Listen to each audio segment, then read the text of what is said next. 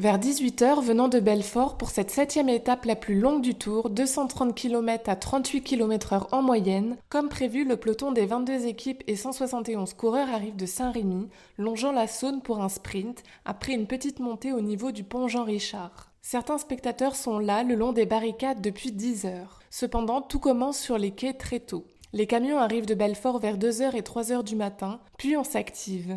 Vers 7h30, beaucoup de choses sont déjà en place. Plein de fils partout, des barricades avec le nom des sponsors majeurs que l'on installe, la ligne d'arrivée que l'on monte. À 8h, un petit débriefing des organisateurs de la sécurité en présence du maire de Châlons, Gilles Platret. Avant de reprendre le travail sous une chaleur montante, petit casse-croûte offert par la ville avec bien sûr du Bourgogne. Puis par magie, vers 11h30 depuis Belfort, des millions de spectateurs sur France Télévisions et ailleurs dans 190 pays vont suivre en continu ou par intermittence toute la course. La magie s'appelle tout simplement Orange, l'opérateur de télécommunications bien connu. Orange sur le Tour de France, c'est des moyens gigantesques. À savoir une équipe de 40 techniciens au quotidien qui suivent la course et une équipe d'une cinquantaine de techniciens locaux qui tous les jours nous amènent une fibre optique donc de 1 giga sur la ligne d'arrivée, une autre fibre optique de 1 giga sur la salle de presse pour alimenter toutes les télés du monde entier, les images, la diffusion des images, la diffusion des sons, la diffusion des photographes. Sur cette zone, c'est incroyable, il y a plus de 100 télévisions qui commentent en direct la course. Vous avez 71 chaînes de radio qui commentent également en direct la course et vous avez 47 agences photo. Côté salle de presse, au Parc des Expositions, donc on est fiers d'avoir équipé le Parc des Expos, d'avoir fibré ce Parc des Expos qui n'était pas fibré avant notre passage.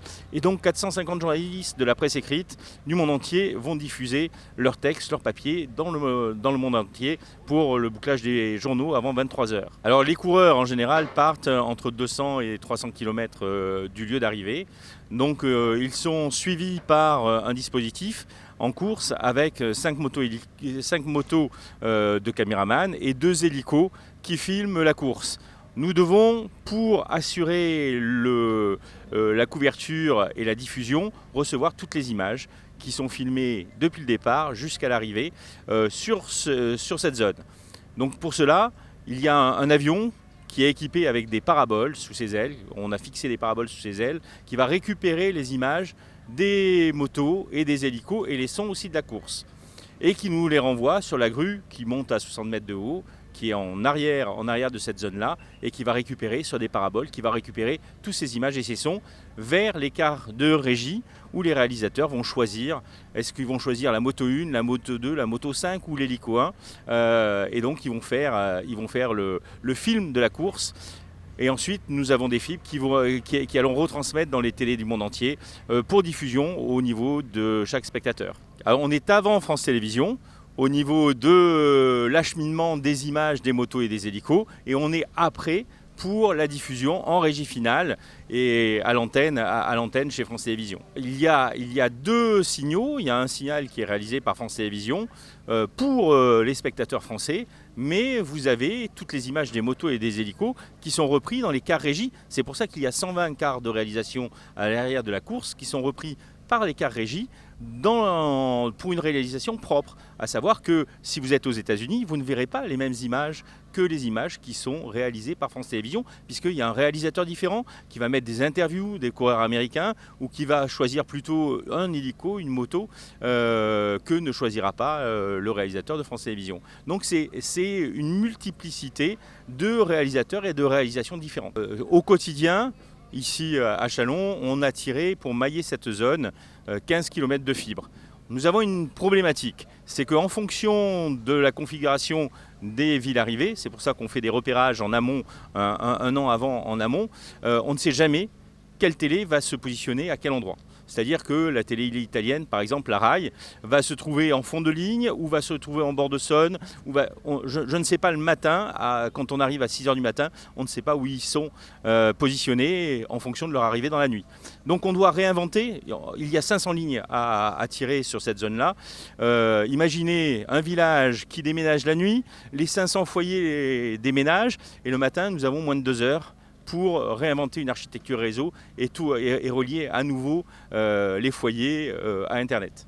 C'est une sorte de toile d'araignée qu'on tisse au quotidien et qu'on démonte le soir à 22h puisque la télé australienne SBS, la dernière diffusion se fait vers 22h le soir. Chez Orange, on fonctionne avec 2 équipes en tiroir, donc j'ai 2 équipes en tiroir.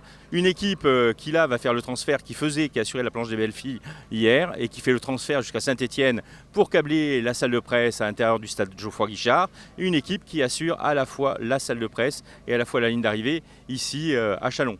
Moi je fais avec un de mes adjoints toutes les étapes, à la fois parce que je suis le lien entre Amaury Sport Organisation, la direction du Tour de France et la course, et je suis aussi le lien avec les journalistes, entre Orange et les journalistes. Donc ma présence est indispensable. J'ai suivi une évolution qui est effarante. Je ne connais pas un autre domaine que ce domaine des télécommunications qui ait subi cette transformation.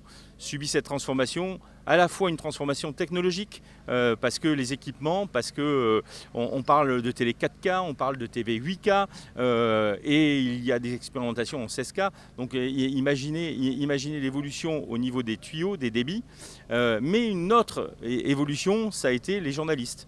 J'ai connu une époque où le journaliste, vous aviez le rédacteur qui rédigeait ses petits articles, vous aviez le photographe de presse. Ici, ils émettaient dans les années 2000, ils envoyaient à leur rédaction une dizaine de photos maximum. Maintenant, l'agence France Presse, par exemple, en envoie 600 par jour. Ce n'est plus le même nombre d'images, ce ne sont plus les mêmes tuyaux.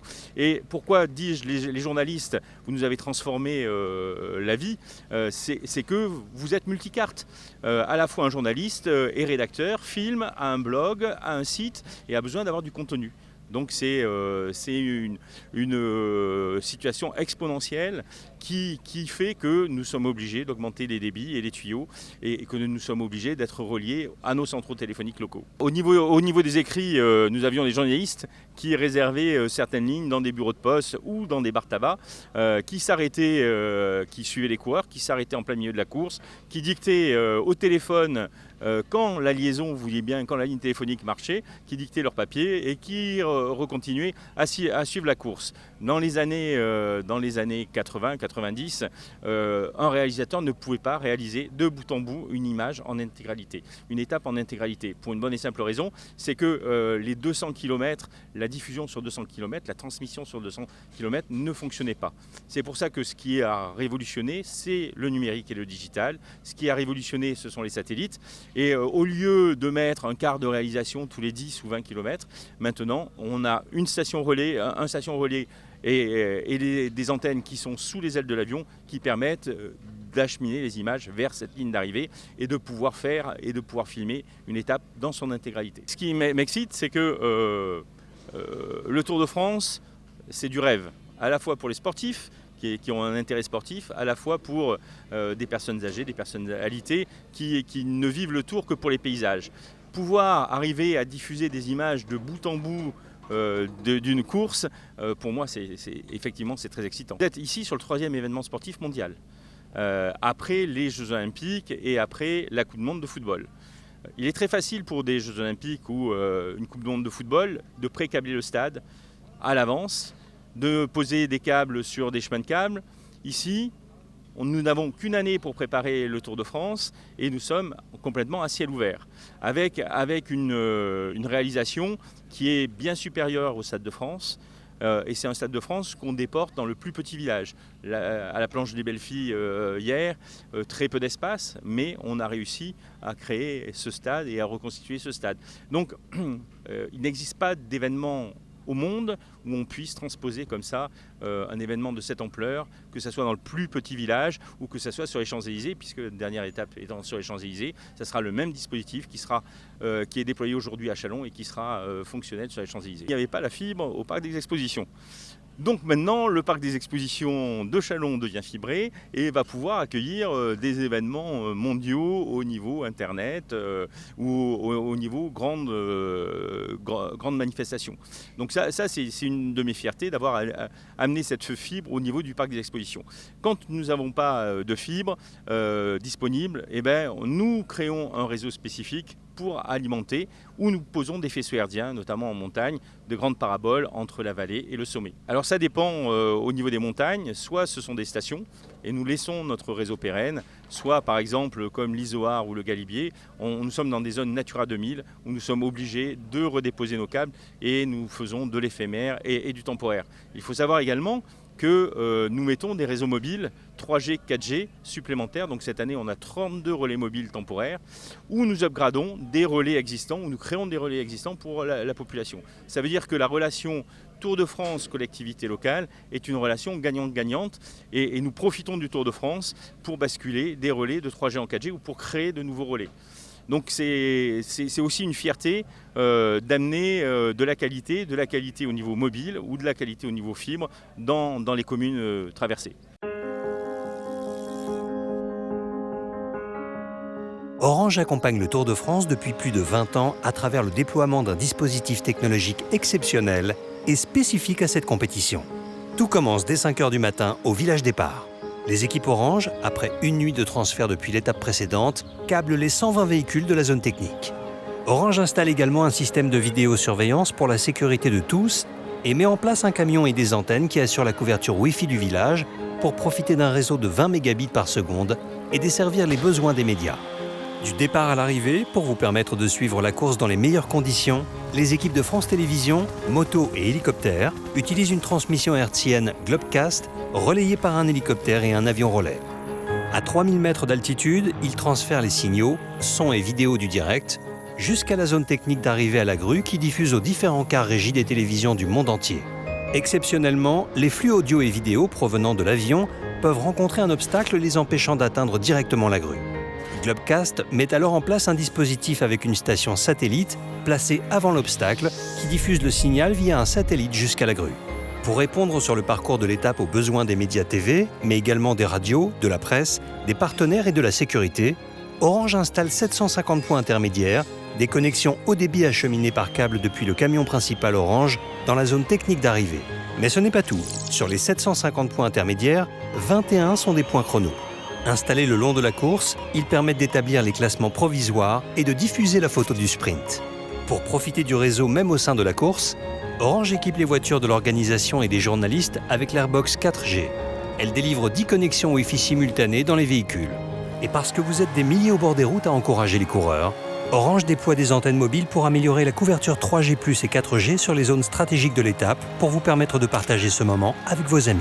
Enfin, lorsque les coureurs en finissent et franchissent la ligne d'arrivée, devant les tribunes commentateurs équipées en Wi-Fi, Orange continue à fournir des liaisons pour les 17 plateaux TV en direct et assurer la visioconférence en haute définition avec la salle de presse. Salle de presse où les 500 journalistes de la presse écrite vont s'affairer à rédiger leurs articles avant le bouclage des journaux du soir et les membres de l'organisation à régler les derniers détails de l'étape du lendemain. La journée terminée, le dispositif est démonté et les équipes d'Orange partent vers l'étape suivante.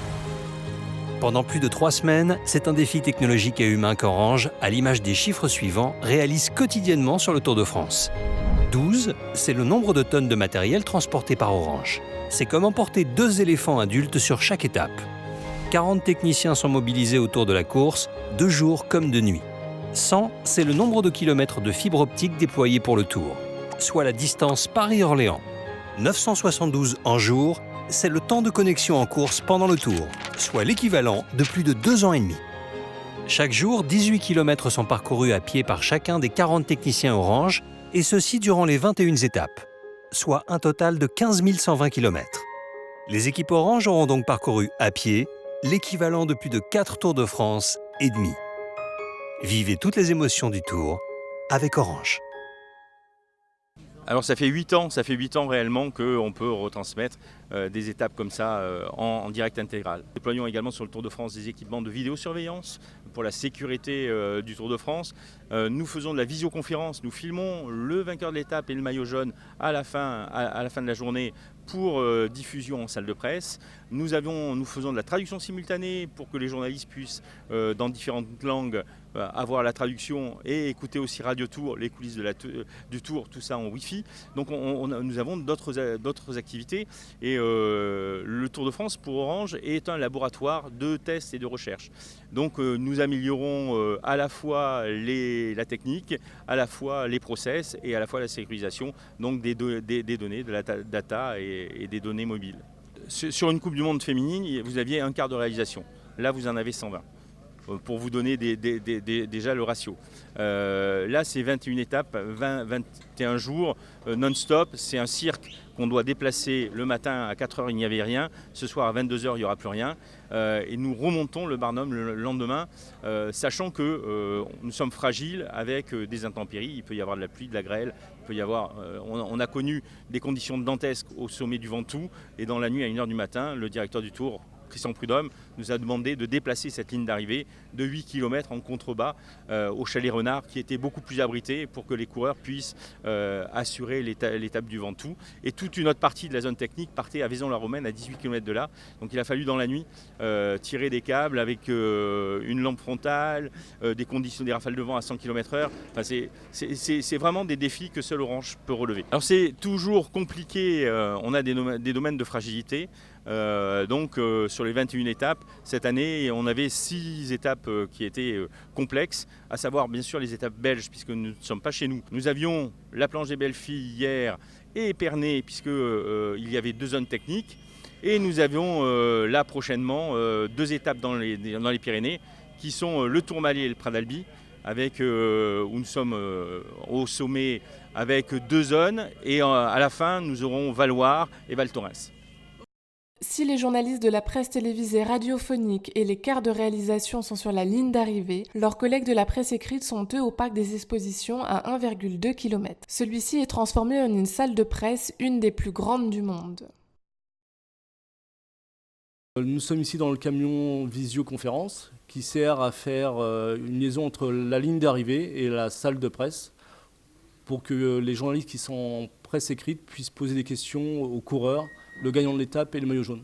Alors la zone mixte, c'est l'endroit où la presse écrite, les TV, les radios, non, sauf la presse écrite, les TV, les radios posent des questions aux coureurs qui ont des maillots distinctifs, le gagnant de l'étape, jaune, blanc, à pois, vert. Les coureurs, ce qui se passe, c'est que quand ils arrivent après la ligne d'arrivée, ils viennent dans cette zone, donc ils vont se changer, se nettoyer pour ne pas taper froid. Ils vont récupérer leur maillot sur le podium. Ils vont répondre aux questions de France Télévisions et ils vont répondre aux journalistes des radios ou des TV étrangères et aussi passer au dopage. Dans la zone mixte, on fait aussi une captation pour les journalistes qui sont dans la presse écrite. Donc que ça soit, on fait une captation vidéo et audio. Donc on prend les vidéos des interviews qui sont faites par les TV ou les radios.